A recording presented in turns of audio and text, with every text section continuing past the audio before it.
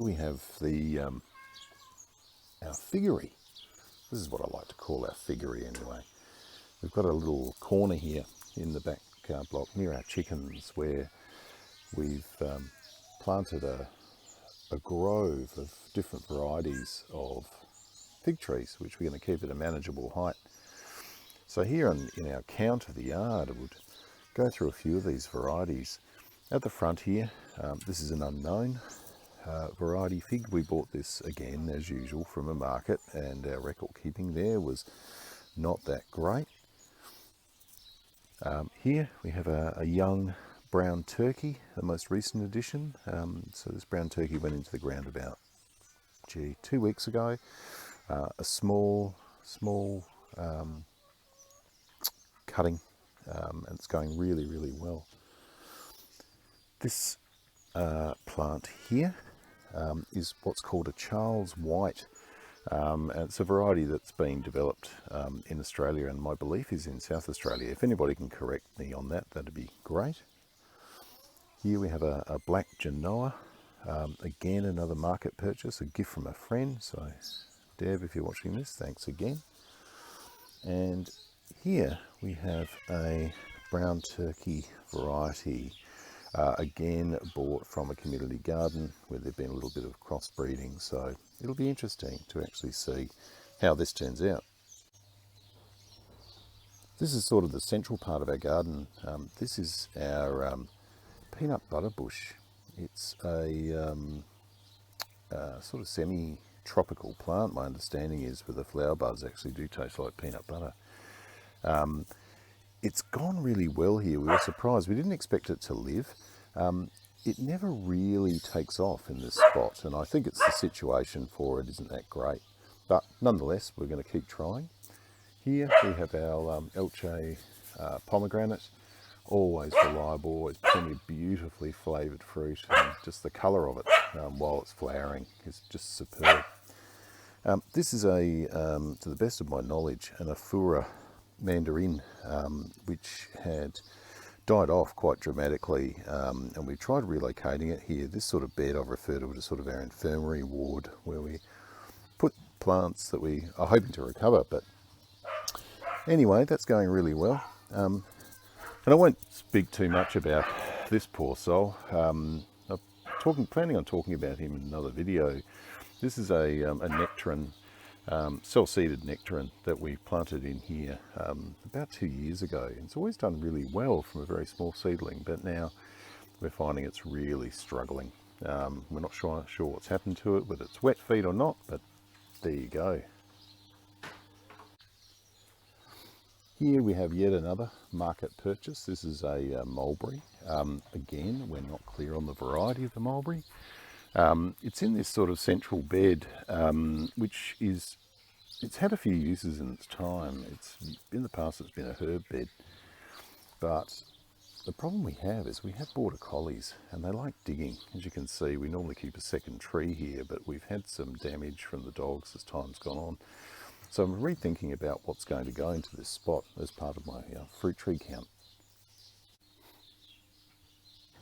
In the central part of the garden here, we've got a small clutch of fruit trees that sit in the centre. Most of these were dwarfs. Originally, not knowing a great deal about gardening, we decided to use dwarves in this space, and we could well have used larger trees. So this is a dwarf Granny Smith apple, which nonetheless is doing really well this year. This is a dwarf Anzac peach, which had a bit of dieback a while ago, but it's actually coming on really well, fruiting nicely for us this year. Here we have our marvellous blood orange. This is one of the first trees we put in, again a dwarf. It's doing incredibly well here. Always huge amount of fruit, and it's getting ready for another big batch. Like the other trees around here, as I've been speaking before, we've had issues with scale, which have been basically sprayed off. Fortunately, they're all dead now, which is great. Here we have a guava.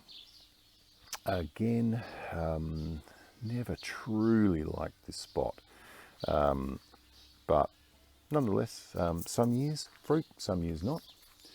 And here we have our lovely Paradise Pear. Now, what research that I've done on these pears basically leads me to believe that they are actually put into orchards more as cross-pollinators to help larger varieties. They only produce a really small dessert fruit, but it's incredibly aromatic and smells more like blossom. Has a scent of blossom while you're eating it. But yeah, so they're the central courtyard trees. Here in the veggie patch, of course, we have, if you've watched any of the videos from this channel before, you've seen our Sicilian nectarine there, which was a self-seeded volunteer into a veggie bed. We have a fejoa down the far end there near the blue drum. Golden Queen peach, laden now with fruit, pleased with that. Our Joe's peach, which came from a community garden cooperative, always beautifully reliable. Here we have our Hunter apricot, which hasn't really fruited heavily, but we hope to see more in the future. This is our satsuma. I've spoken about this one a little bit before. It's been here for quite a long time and has never really taken off in this position. In saying that, it's had attacks by corellas, by possums, by all sorts of creatures. If you're not in Australia, a corella is a parrot-like bird. Here again, another struggler that we have here. This is a Jonathan apple, only just now starting to get any form of shoot. So yeah, really struggling with this one. Sorry about the focus there, it just doesn't seem to be picking it up in this light. But yeah, really could be considering whether or not this tree has a future here.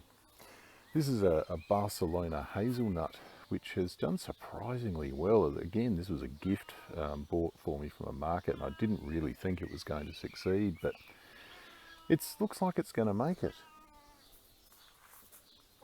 Hello, mate. Why don't you go find something to do? Go on, pair of you. Go find something to do. Go back in the house or something. Here we have a fig yet again, we bought from a market. I'm not really clear on the variety from it, but always produces a good batch of fruit for us.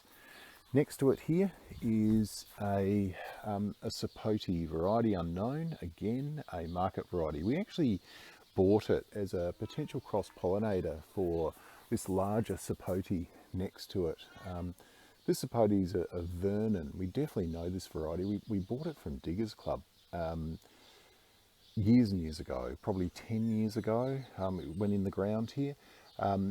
To my knowledge, it has never flowered. I've never seen a flower on it.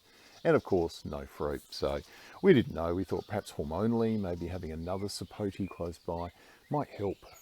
If anybody's got any advice on this, I'd really appreciate it as to whether or not maybe, you know, maybe we're just going to be enjoying this Vernon purely because of its structure and the protection it provides around us. So basically, yeah, that's our courtyard. The trees that sort of sit in the central part of the garden in this countdown. As you can see, I don't really keep count as I'm going in this, but I'm going away reviewing it and then coming up with a count for the actual title of the video.